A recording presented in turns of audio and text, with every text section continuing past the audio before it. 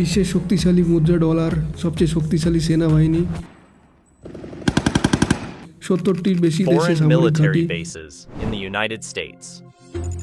We all know that the United States has military bases media ও তথ্য নিয়ন্ত্রণে এগিয়ে, এমনকি IMF, ওয়ার্ল্ড ব্যাংক, ন্যাটোতে বড় প্রভাব আছে।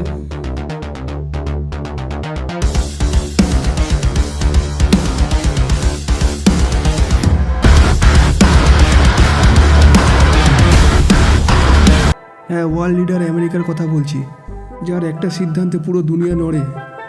এদিকে ওয়ার্ল্ড লিডারের প্রতিযোগিতা নেমে পড়েছে চীন।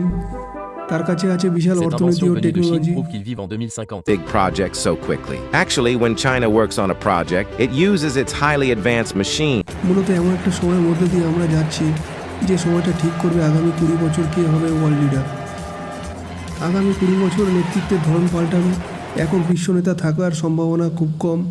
বিশ্ব যাবে মাল্টি লিডার সিস্টেমে। হতে পারে আমেরিকা ওয়ার্ল্ড পুলিশের চরিত্রে থাকবে, আগের মতো একছত্র আধিপত্য থাকবে না। কারণ হিসাবে উঠে আসে অভ্যন্তরীণ বিভাজন, ঋণ, বিশ্বে বিশ্বাসের ঘাটতি। এদিক থেকে চীন অর্থনৈতিক ও অবকাঠামোগত নেতা হিসেবে উঠে আসবে। বিশ্ব উৎপাদনের বড় অংশ চীনের। বিকল্প মুদ্রা ও বাণিজ্য ব্যবস্থা, এশিয়া আফ্রিকায় গভীর প্রভাব। চীন হতে পারে ওয়ার্ল্ড ইকোনমিক লিডার। সবচেয়ে বড় সম্ভাবনা ভারতের। বিশ্বের সবচেয়ে কর্মঠ জনসংখ্যা, গ্লোবাল সাউথের মুখ, ভারসাম্যের কূটনীতি, সব কিছু মিলিয়ে ভারত ওয়ার্ল্ড লিডার না হলেও ব্যালেন্স মেকার হবে, যা আমেরিকা ও চীনের মাঝখানের গ্যাপ সামলাবে। কিন্তু এমন সম্ভাবনার কারণ কি?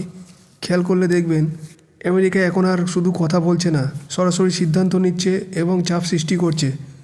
ভেনেজুয়েলার ওপর সরাসরি অভিযান ও গ্রিনল্যান্ড নিয়ে আগ্রহ, এই ঘটনাগুলো আলাদা নয়, এগুলো একটি নতুন নীতির ইঙ্গিত। আমরা বুঝতে চেষ্টা করব আমেরিকা সাম্প্রতিক সময়ে যা করছে তার মানে কি। এগুলো কি নিরাপত্তার জন্য, নাকি ধীরে ধীরে বিশ্ব রাজনীতির ভারসাম্য বদলে দেওয়ার চেষ্টা? এই নীতির মূল স্ট্র্যাটেজিক জায়গা ও সরকারগুলোর ওপর নিয়ন্ত্রণ।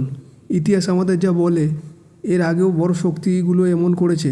রোম সাম্রাজ্য, ব্রিটিশ সাম্রাজ্য, সবাই একসময় বলেছিল আমরা শৃঙ্খলা আনছি, কিন্তু বাস্তবে দেখা গেছে শৃঙ্খলার নামে ক্ষমতা বিস্তারের চেষ্টা।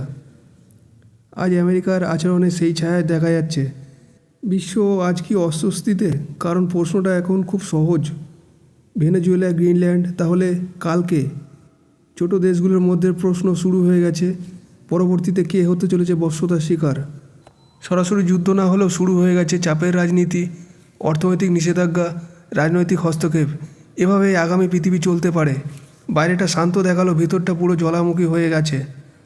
এখন প্রশ্নটা পুরো বিশ্বকে করা যেতে পারে, শক্তি কি ন্যায় বিচারের বিকল্প হতে পারে? নিরাপত্তার নামে অন্য দেশের ভবিষ্যৎ ঠিক করে দেওয়া কি ঠিক? ইতিহাস কিন্তু বলে, যখন শক্তি কথা বলে তখন একদিন মানুষ প্রশ্ন তোলে। বিশ্ব বদলায় শাসকে নয়, বোধে। আমরা এখন এমন সময় দাঁড়িয়ে যেখানে যুদ্ধ শুরু হয় না হঠাৎ করে, যুদ্ধ শুরু হয় ভাবনার ভেতরে।